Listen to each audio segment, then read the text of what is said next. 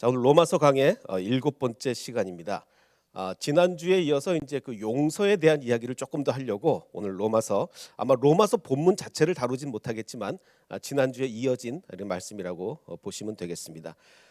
또 한 가지 지금 보시면 아시겠지만 여기 이 LED 화면이 안 나오는 부분이 좀 있는데 이게 오늘 아침에 이게 발견돼 가지고 갑자기 이거 막 조정하느라고 저기 설교 파워포인트 조정하느라고 굉장히 힘들었는데 그 여기 안 가려지는 거 감안하고 막 이상하게 조정을 했거든요. 그래서 오늘 좀 PPT가 안 이뻐도 좀 용서를 좀 해주시기 바랍니다. 아마 온라인으로 예배 드리실 분들은 모르실 텐데 여기서 볼 땐 좀 불편함이 있을 수 있죠. 자, 오늘 오랜만에 그래서 영화 설교를 하려고 합니다. 하필이면 영화 설교할 때 이게 고장 나가지고 영화 설교할 때 고장 나면 안 되는데 이 영화를 이제 보신 분이 계실지 모르겠습니다. 언브로큰이라는 영화인데요.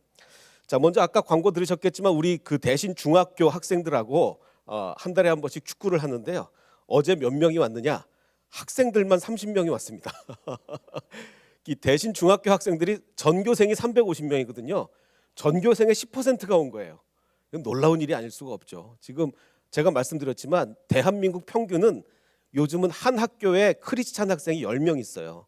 한 학교에, 한 반이 아니고 한 학교에 크리스찬 학생이 10명 있는 시대가 되었는데 어제 우리 대신 중학교 학생들이 30명이 우리 교회 목사님들, 전도사님들하고 축구하겠다고 온 거예요. 이건 기적이 아닐 수가 없죠. 저희가 그동안 이 코로나 3년 동안에 정말 열매 없이, 코로나 기간에 무슨 그렇게 열매가 있었겠습니까? 정말 열매 없이 고생했는데 이게 눈물을 흘리며 씨를 뿌리는 자들은 반드시 기쁨으로 거둔다는 그 말씀이 정말 생각이 났는데 앞으로 우리 대신 중고등학교 사역을 위해서 더 기도해 주시면 감사하겠습니다. 자, 오늘 말씀은 지난번에 좀 아까 말씀드린 것처럼 지난주에 했던 용서를 조금 더 깊이 들어가 보려고 하는데요. 홍 전사님 요거 모니터 좀 넣어주시고요. 제가 옛날에 마태복음 강해할 때 그때 다뤘던 내용을 조금 더 자세하게 좀 들어가 볼까 합니다. 그때 제가 마태복음 강의할 때 드렸던 말씀이 뭐냐면 베드로의 질문에 대해서 예수님이 이렇게 대답을 하시죠. 7번 용서하는 게 아니라 또 랍비들은 3번 뭐 이러는데 3번, 7번 이렇게 용서하는 게 아니라 70번을 7번이라도 용서를 해라. 예수님이 이렇게 말씀하셨어요. 자, 근데 이 말씀이 굉장히 이상한 말씀입니다. 왜 이상하냐면 그 앞뒤에 무슨 말이 나왔느냐를 따져보면 너무 이상해요. 그 앞에 무슨 말이 나왔냐면 자 보십시오. 예수님이 강조가 한 번 용서해서 되겠냐? 2번 용서해서 되겠냐? 70번씩 7번이라도 용서를 해라. 그러면 앞뒤로 무슨 예가 나와야 됩니까? 100번, 200번 용서하는 예가 나와야 될 거 아니에요. 앞뒤로. 근데 그 앞에 무슨 얘기가 나오느냐? 형제가 범죄하면 예수님이 말씀하십니다. 형제가 범죄하면 첫째, 단 둘이 있는 자리에서 충고를 해라. 그래도 회개를 안 하면 둘째, 한두 사람을 더 데리고 가라. 그래도 회개 안 하면 셋째, 그래도 안 될 때는 교회에 말해라. 공개적으로. 그래도 안 되면 그를 이방 사람이나 세리처럼 여겨라. 완전히 그를 용서하는 걸 포기해라 라고 얘기를 합니다. 자, 그럼 몇 번 용서했죠? 몇 번? 3번. 아니 70번씩 7번이라도 용서하라고 말한 본문 바로 앞에 3번 회개 안 하면 용서하지 말라는 얘기가 나와요. 자, 그럼 그 다음에는 그럼 앞에는 그렇고 바로 다음에는 무슨 얘기가 나오냐? 바로 다음이 무슨 얘기냐면요. 1만 달란트 빚진 자의 얘기입니다. 자, 1만 달란트 빚을 졌어요. 하나님께 탕감을 받았습니다. 그런데 100데나리온이었네요. 정말 작은 돈 안 갚은 사람 멱살 잡고 막 이래 가지고 하나님이 화가 나셔서 저 1만 달란트 빚진 자를 당장 감옥에 집어넣어라. 자, 그러면 이 1만 달란트 빚진 자는 몇 번 회개의 기회를 얻었습니까? 다시 한번 지금요 예수님이 70번씩 7번이라도 용서해 주라고 막 이 얘기를 하셨어요. 그리고 그 다음 바로 이어서 그 접속사도 중요해요. 니네들 한 번 용서해서 안 된다. 두 번 용서해서 안 된다. 70번씩 7번이라도 용서하고 해라라고 한 다음에 그러므로 1만 달란트 빚진 자가 있었는데 하나님께서는 그를 단 한 번도 용서하지 않으셨다. 회개의 기회를 단 한 번도 주지. 말이 안 되잖아요. 도대체 이 세상에 어떻게 이런 논리가 있습니까? 앞뒤로 나오려는 막 수백 번씩 수천 번씩 용서해 주는 예가 나와야 되는데 그 앞에는 3번 용서해 주고 뒤에는 심지어는 단 한 번의 기회도 안 주고 바로 감옥으로. 이게 뭘 의미하냐 이거죠. 오늘 이 얘기를 좀 해보도록 하겠습니다. 저희 교회가 속한 지방회에 여러 존경하는 목사님들이 많은데 그 중에 특히 이제 제가 존경하시는 목사님께서 이제 제가 영화 설교를 하는 걸 알고 계시기 때문에 영화 설교 신청을 하셨어요. 이 영화를 좀 꼭 해달라라고 신청을 하셨는데 그 영화가 뭐냐면 헤어질 결심이었습니다. 혹시 보신 분 계십니까? 근데 제가 이 영화를 이제 하려고 이렇게 이 영화에 대해서 알아봤는데 이게 멜로 영화라서 저는 멜로 영화를 절대로 못 보는 사람이거든요. 그래서 이거를 어떻게 이 존경하는 목사님이 부탁을 하셨는데 안 할 수도 없고 이걸 어떻게 해야 되나 이제 고민을 했는데 일단 대단한 영화인 것 같긴 해요. 왜냐하면 작년에 그 오바마 대통령 있죠. 미국 대통령 오바마 대통령이 뽑았던 2022년에 가장 훌륭한 영화 두 번째로 올라갔어요. 오바마 대통령. 그리고 맨 마지막 17번째도 한국계 미국인이 감독한 그런 영화인 걸로 봐서 이 오바마 대통령이 한국 영화를 좋아하는 생각이 드는데 어쨌든 제가 그래서 이 영화로 영화 설교는 못했지만 여기서 제목에 대한 아이디어는 얻었어요. 그 제목에 대한 아이디어가 뭐냐? 오늘 설교할 제목 용서할 결심입니다. 제가 원래 설교를 할 때요, 뭐 마태복음 강해 7 이렇게만 주보에 나오지 설교 제목 주보에 안 나가잖아요. 그 이유 뭔지 아십니까? 그 이유는 설교 제목이 딱 나오면요, 고정관념이 오늘은 무슨 얘기 하겠구나, 고정관념이 딱 박혀버려요. 그래서 저는 유튜브에는 할 수 없이 제목이 올라가지만 이 주보에는 제목이 안 올라가는데 오늘은 제목을 좀 먼저 말해도 괜찮을 것 같다라는 좀 생각이 듭니다. 자, 아까도 얘기했듯이 이 언브로큰이라는 영화를 오늘 얘기를 드리려고 하는데 이 영화 감독이 누군지 아십니까? 감독? 이 영화 감독이요, 안젤리나 졸리예요. 이 여인이 지금 여기서 그 무슨 연기 막 그 지도를 하는 것 같은데, 자, 그럼 도대체 어떤 영화냐?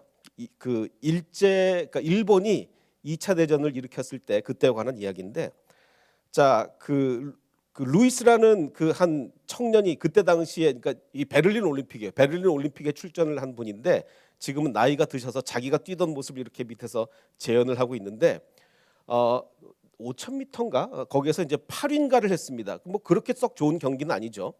8윈가를 했는데 문제는 제일 마지막 바퀴는 완전히 깜짝 놀랄 정도로의 세계 신기록을 세운 거예요. 마지막 바퀴 그것만은. 그래서 너무 빨리 뛰니까 그 당시에 지켜보고 있던 히틀러가 저 사람 좀 불러라. 그래서 가서 히틀러와 악수를 했다. 이거 영화에는 안 나옵니다만 실제 인물이기 때문에 영화에는 안 나옵니다만 가서 히틀러랑 악수를 했을 정도로 대단히 참 훌륭한 선수였어요. 자, 근데 이분이 이제 2차 대전에 참전을 하게 됩니다. 그래서 이제 그 공군이어서 이제 비행기도 타고 뭐 이렇게 됐는데 비행기가 추락도 하고 뭐 별별 일이 다 있었어요.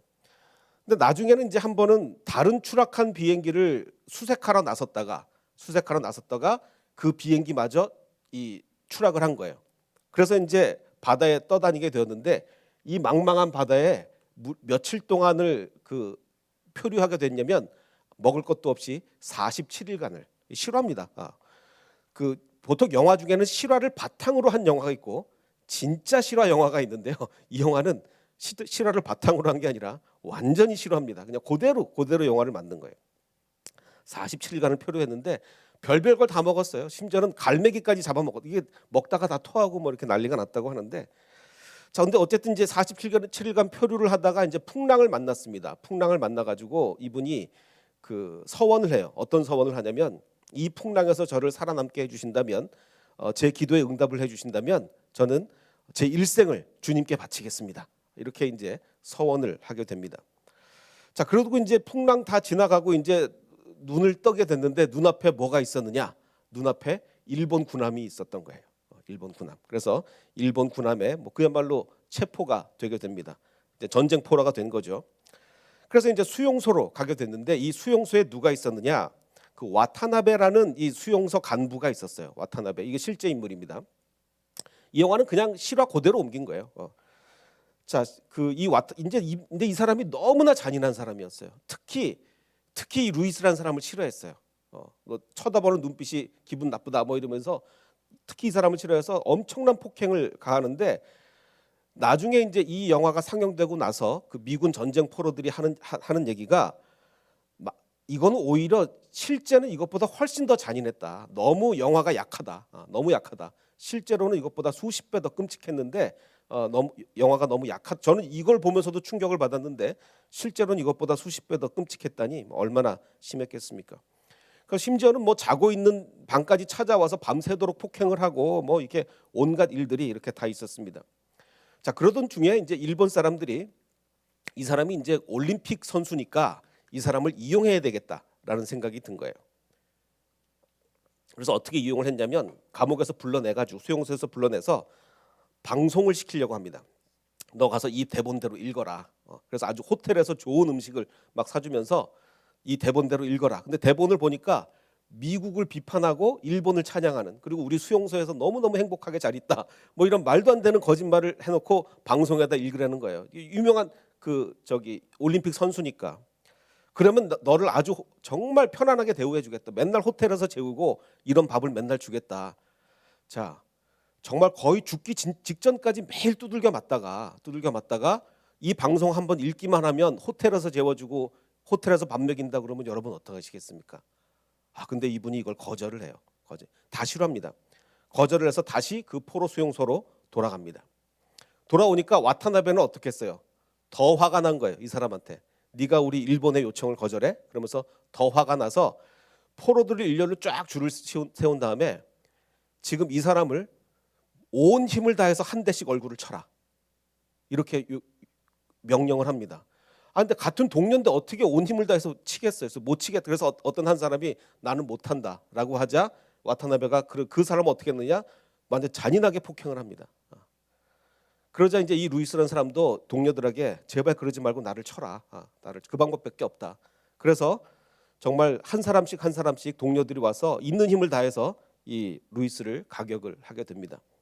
이게 뭐 한두 명이 아니고요. 그 포로 수용소에 있는 전원들이 이렇게 줄을 서가지고 이렇게 한 명씩 루이스를 온 힘을 다해서 이렇게 폭행을 하게 되죠. 자, 그런데 도대체 이 와타나베라는 사람은 도대체 어떤 마음으로 이렇게 했을까? 나중에 이 사람이 미국 방송국하고 인터뷰를 하게 되는데 이런 말을 합니다. 백인들이 볼 때는 이게 잔인하다고 느낄 수도 있었겠지만 수용소에서 이런 일들은 불가피한 것이었다. 요만큼도 회개하지 않습니다. 단 요만큼도 이 사람은 회개하지 않아요. 어떻게 이럴 수가 있을까? 자, 그러면서 하는 말이 꼭 정치인들 하는 말 같아요. 뭐라고 얘기를 하냐면 if 만약에 그 사람이 루이스라는 사람이 나 와타나베에게 맞았다고 증언한다면 아마 그런 일이 있었겠지. 내가 그 사람을 폭행했다고 절대로 얘기하지 않습니다. 맞다, 인정한다, 내가 폭행했다라고 인정하지 않고 그래 그 사람이 나한테 맞았다 그래? 그럼 뭐 그런 일이 있었나 보지. 뭐 이런 식으로 얘기를 하는 거예요. 전혀 이건 회개하는 마음이 아니죠. 그리고 나중에 수십 년이 지나서 나중에 루이스가 일본에 가면서 이 사람을 만나자 그랬는데 만남조차 거부합니다. 만남조차 거부해요. 자, 오늘 설교의 제목은 아까도 말씀드렸듯이 용서할 결심입니다.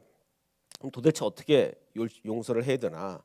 이렇게 끝까지 회개하지 않는 이 와타나베, 회개하지도 않고 잘못을 인정하지도 않는 이 와타나베를 우리는 어떻게 용서해야 될까? 그리고 용서할 수 있는가 과연?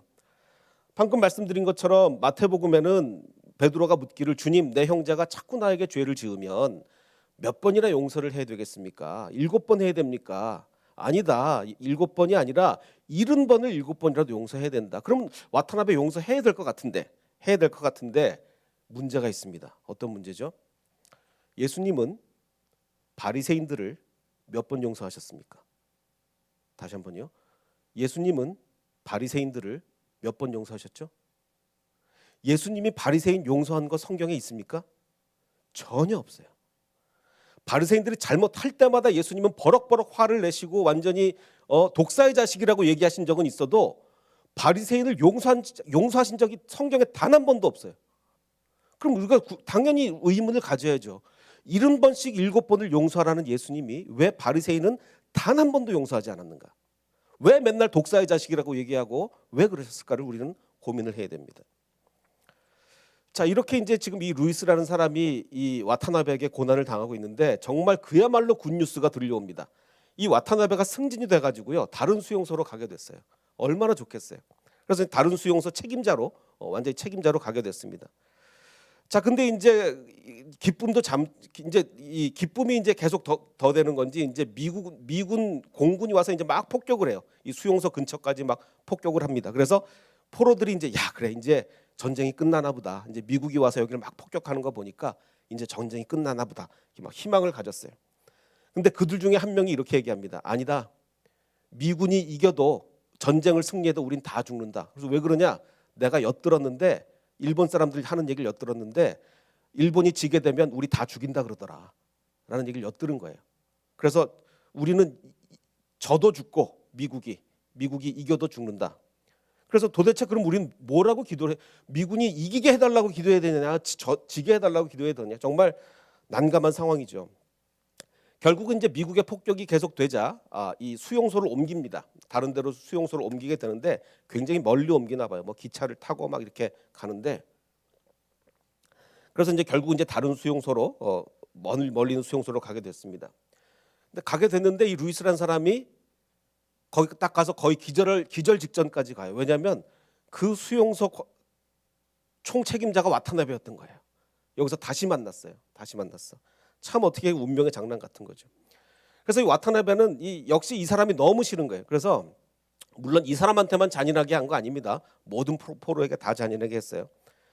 그래서 이 무거운 아마 거의 뭐 십자가보다도 훨씬 더 무거워 보이는 이 나무를 들고 서 있게 합니다.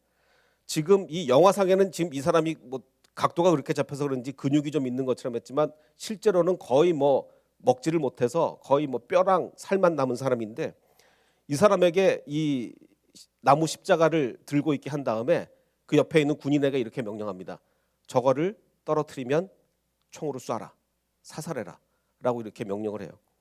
그래서 37분인가 그렇게 들고 있었대요. 막 거의 뭐 정말 이걸 떨어뜨리면 총에 맞아 죽으니까 다 싫어합니다.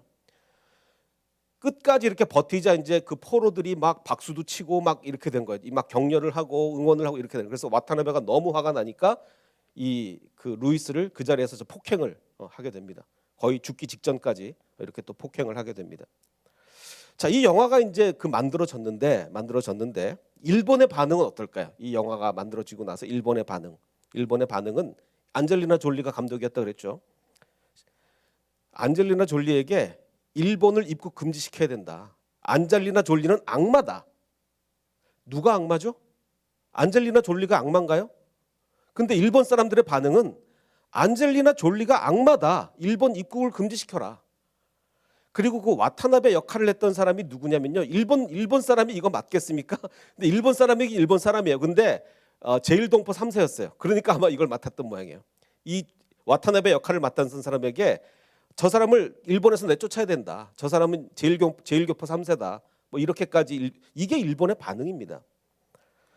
자, 아까도 말씀드렸듯이 실제는 영화보다 몇십 배 더 잔인했었는데 그 일을 범한 일본 당사자들은 내가 했다는 사람 아무도 없어요.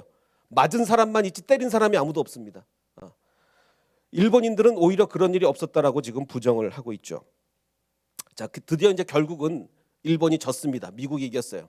자, 그러자 결국 예상했던 대로 모든 포로들을 목욕을 시켜준다는 이유로 바닷가로 나가라고 합니다. 이제 여기서 다 총살을 시킬 계획이었죠. 그래서 포로들이 다 바깥으로 이제 나갔는데 그때 마침 또 미군 폭격기가 와서 결국은 이 사람들이 살아나게 돼요. 그래서 미국으로 돌아오게 됩니다. 그래서 이게 이건 영화의 장면인데 미국에 돌아와서 가족들과 이제 품에 안기는 그런 장면이고 이건 영화고 요거는 실제 상황이에요. 똑같죠. 실제로 그때 당시에 가족의 품에 안기는 이 영화는 그야말로 이제 실화를 그대로 옮긴 거예요. 그리고 이제 영화가 끝나고 나서 이제 자막이 나옵니다. 영화가 끝나고 자막이 나오는데 어떤 자막이 나오냐면 이 사람이 굉장히 극심한 그 외상 후 스트레스 장애죠. 극심한 트라우마를 그렇죠. 이렇게 극심한 환경 속에서 어떻게 그런 게 없겠습니까? 굉장히 오랜 기간 고생을 했는데 결국은 자기가 했던 서원을 기억하고 복음을 다시 받아들입니다. 복음을 받아들이고 내가 살려주시면 주님을 위해 헌신하겠다라는 그 서원을 지키게 됩니다. 그리고 나서 그는 신앙심에 의해서 루이는 복수가 아닌 용서를 실천하게 됩니다.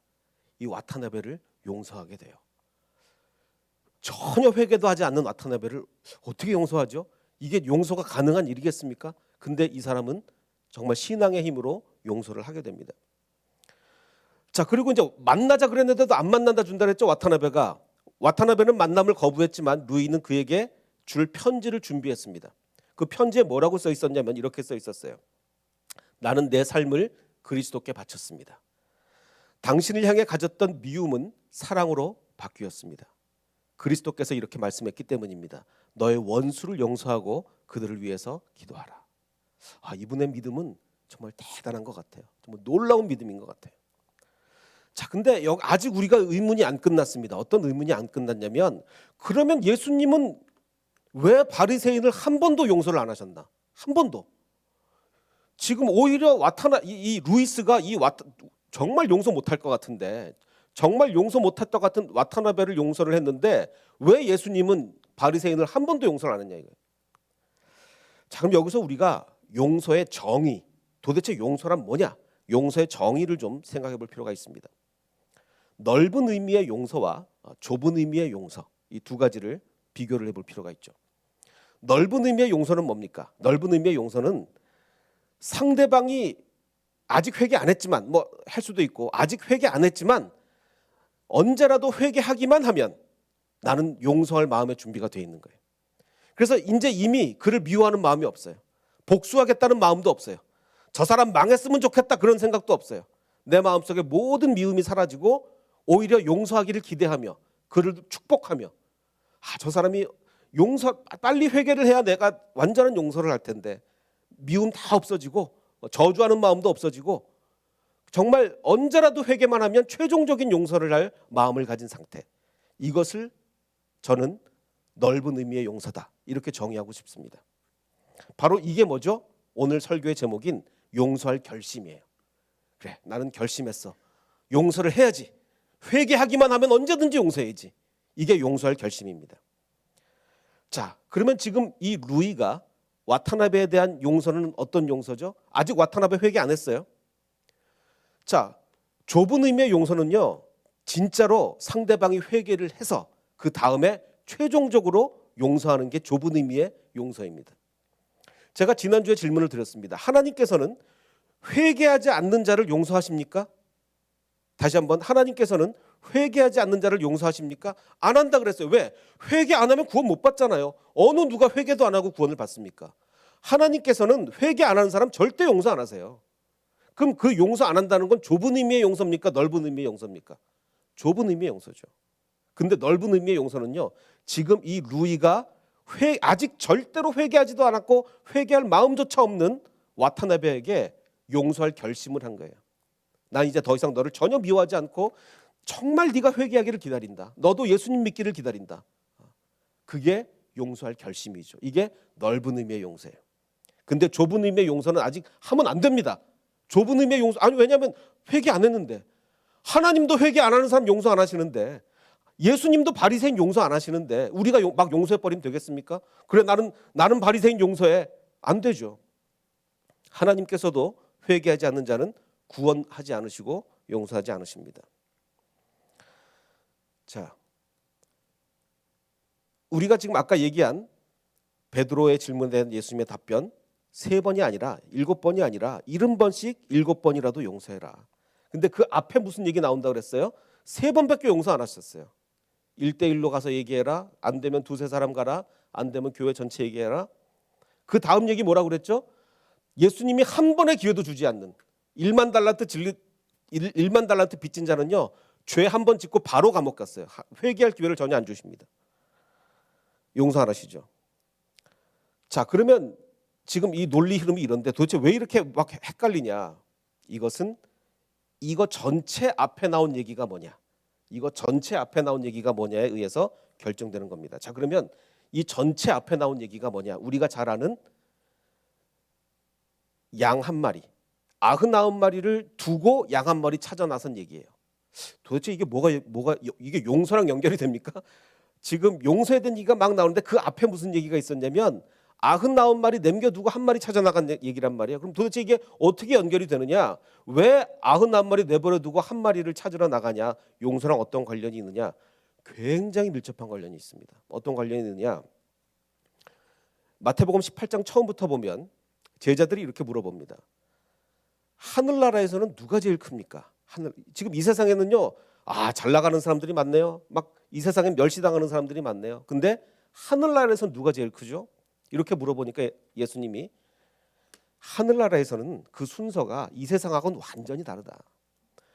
지금 이 로마 시대는요 얼마나 어린애들 인권이 없었냐면, 로마 시대에 이제 편지 같은 것들이 발견되거든요.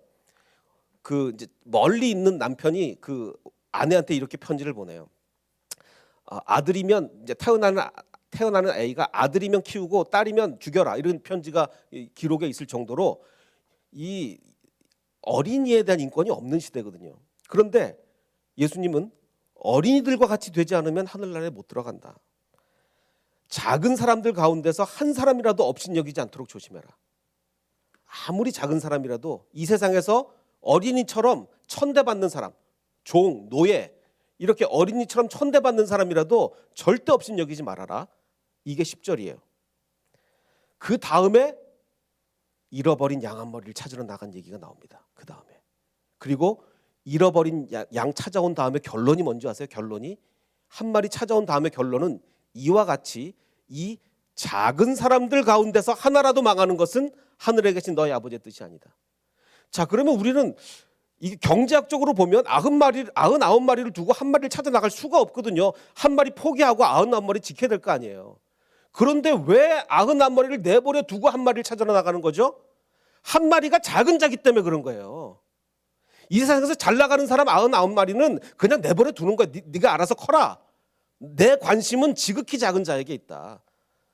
니네들이 내 관심까지 요구하지 말고 니네들은 니네를 알아서 잘 살고, 나는 잃어버린 저 작은 자, 관심이 필요한 자, 도움이 필요한 자, 나는 그 사람들을 위해서 찾으러 나갈 테니까 니네 99마리 잘 있어. 그리고 간 거예요.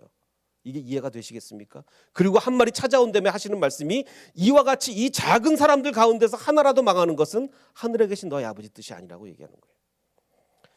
그래서 99마리를 남겨두고 한 마리를 찾으러 가시는 그 이유가 뭐냐? 그 한 마리가 세상에서 멸시당하는 작은 자이기 때문이죠. 이건 문맥으로 볼 때 분명한 해석입니다. 다른 해석을 내릴 수가 없어요. 이건 문맥으로 볼 때 아주 분명한 해석이에요. 자, 그럼 논리의 흐름을 볼까요? 자, 업신여기지 않도록 조심해라는 거죠. 논리의 흐름을 볼까요? 자, 처음에 99마리랑 한 마리 비웁니다. 천국에서 누가 크죠? 천국에서는요, 지금 이 세상하고 완전히 다릅니다. 이 세상에서 잘 나가는 사람 천국에서 큰 거 아니에요. 어린아이 같이 주님의 긍휼이 필요한 연약한 자들을 절대 업신여기지 말아라. 물론 뭐 그렇다고 해서 공산주의처럼 뭐 완전히 반대가 된다는 얘기는 아닙니다. 이 세상 잘 나가는 사람 거꾸로, 못 나가는 사람 위로, 그 얘기는 아니고 완전히 다르다는 얘기죠. 완전히 다르다. 자, 그 다음 얘기가 뭐냐? 그 다음 얘기가 3번 회개를 거부하면 이방인처럼 취급하라는 얘기예요. 자, 그럼 보십시오. 이때 당시 이 로마 시대의 이 분위기가 이 세상에서 그 잃어버린 양 한 마리처럼 노예나 종이나 정말 사회적으로 보잘것없는 사람들이 회개를 3번 거부할 수 있겠습니까? 우리는 이걸 읽고서 그냥 이게 그 누가 죄를 졌을 때 그냥 이게 법칙인가 보다. 처음에 한 사람, 그 다음에 두세 사람, 법칙이 아니고요. 로마 시대 사람들은요, 이 얘기를 딱 들으면 알아요. 뭐지? 이 사람 적어도 좀 꽤나 상류층에 있는 사람이겠구나. 회개하기를 여러 사람이 와서 요구했는데도 거절할 정도로 꽤나 상류층이겠구나. 어디 종이 몇몇 사람이 와서 회개를 하라는데 어디 종이 그거를 거부합니까? 어디 노예가 그걸 거부해요? 우리는 모르지만 로마 시대 사람들은 이 얘기를 딱 들으면 알아요. 예수님이 지금 상류층 사람들이 회개를 요청했는데도 거부하는 거 얘기하는구나. 그럼 예수님이 3번 하고 아니면 이방인처럼 여기라 그랬어요. 자, 그런데 베드로가 물어본 건 달라요. 예수님, 내 형제 중에 자꾸 죄를 지면 어떡할까요? 그래, 70번씩 7번이라도 용서해 줘. 무슨 얘기죠? 양 한 마리를 찾으러는 70번씩 7번이라도 찾으러 나가. 네가 용서 안 해주면 누가 용서해 주겠니? 예수님 지금 그런 얘기를 하시는 거예요. 자, 그리고 그 다음에 1만 달란트 빚진 자가 나오죠. 자, 1만 달란트가 어떤 돈입니까? 로마 황제 정도가 아니면 빚질 수 없는 돈이에요. 1만 달란트는요, 수십조입니다. 수십조. 우리 같은 평민이 누가 수십조 원을 빚질 수가 있겠어요? 이때 당시 로마 사람들이 이걸 딱 읽으면 이거 로마 황제 정도 얘기하겠구나 라는 걸 얘기하는 겁니다. 로마 황제가 아닌 다음에 누가 1만 달란트를 빚을 집니까? 이런 사람들한테는 예수님은 단 한 번의 회개의 기회도 주지 않는다는 거예요. 단 한 번의 회개의 기회도. 지금 우리는 이걸 분명하게 이해할 필요가 있다는 거죠. 왜냐하면 누가복음에서 말하기를 무릇 많이 받은 자에게는 많이 요구할 것이요 많이 맡은 자들에게는 많이 달라 할 것이다. 누구냐에 따라서 예수님은 회개할 기회조차 다르게 주신다는 거예요. 이 세상에서 참 멸시받고 천대받고 힘든 사람들에게는 하나님은 끊임없이 회개의 기회를 주십니다. 그런데 이미 축복을 많이 받았고 이미 받은 게 많은데 그런데도 회개를 안 해? 그런데도 용서를 안 빌어? 회개할 기회를 안 주신다는 거예요. 이건 아주 분명한 사실입니다. 그래서 중요한 게 뭡니까? 우리가 반드시 알아야 될 것이 장발장에게 주어지는 회개의 기회와 아마 장발장에게는 예수님이 70번씩 7번의 회개의 기회를 주실 거예요. 푸틴에게 주시는 회개의 기회는 다릅니다. 자, 오늘 말씀을 정리하겠습니다. 오늘 말씀의 핵심은 뭐죠? 용서할 결심이에요. 우리에게 여러분들 일생을 살면서 저도 마찬가지입니다. 인생을 살면서 제가 섭섭했던 일들 많죠. 정말 미워할 만한 일도 많았습니다. 그런데 어느 누구도 미워하면 안 됩니다. 이미 용서할 결심을 다 가져야 돼요. 내가 용서할 결심을 가졌다는 얘기는 나는 이제 어느 누구도 미워하지 않고 복수하고 싶은 마음도 없고 어느 누구도 망하기를 바라지 않고 그분들이 회개만 하면 최종적으로 용서할 마음을 가진 것이 회개할 결심입니다. 마치 누구처럼? 루이스가 와타나베에게 가졌던 마음처럼. 그러나 그렇다고 해서 그게 최종적인 용서입니까? 아니요. 최종적인 용서는 회개할 때에만, 상대방이 회개할 때에만 가능한 것입니다. 오늘 우리는 두 가지를 생각해야 됩니다. 혹시 내가 회개하지 않고 있는 것이 있는가? 더군다나 내가 주님께 받은 게 많으면 많을수록 더 그렇습니다. 내가 주님께 많이 받았으면요, 회개할 기회가 자꾸 줄어들어요. 어떨 때는 이제 단 한 번도 주어지지 않을지도 몰라요. 그런데 과연 내가 회개하지 않고 남아있는 게 있는가를 하나 생각을 하시고, 또 하나는 그래 또 내가 회개할 결심, 용서할 결심을 내가 과연 품고 있는가? 나에게 잘못한 모든 사람에 대해서 용서할 결심을 품고 있는가? 그것을 생각하는 저 여러분이 되시기를 주님의 이름으로 축복합니다.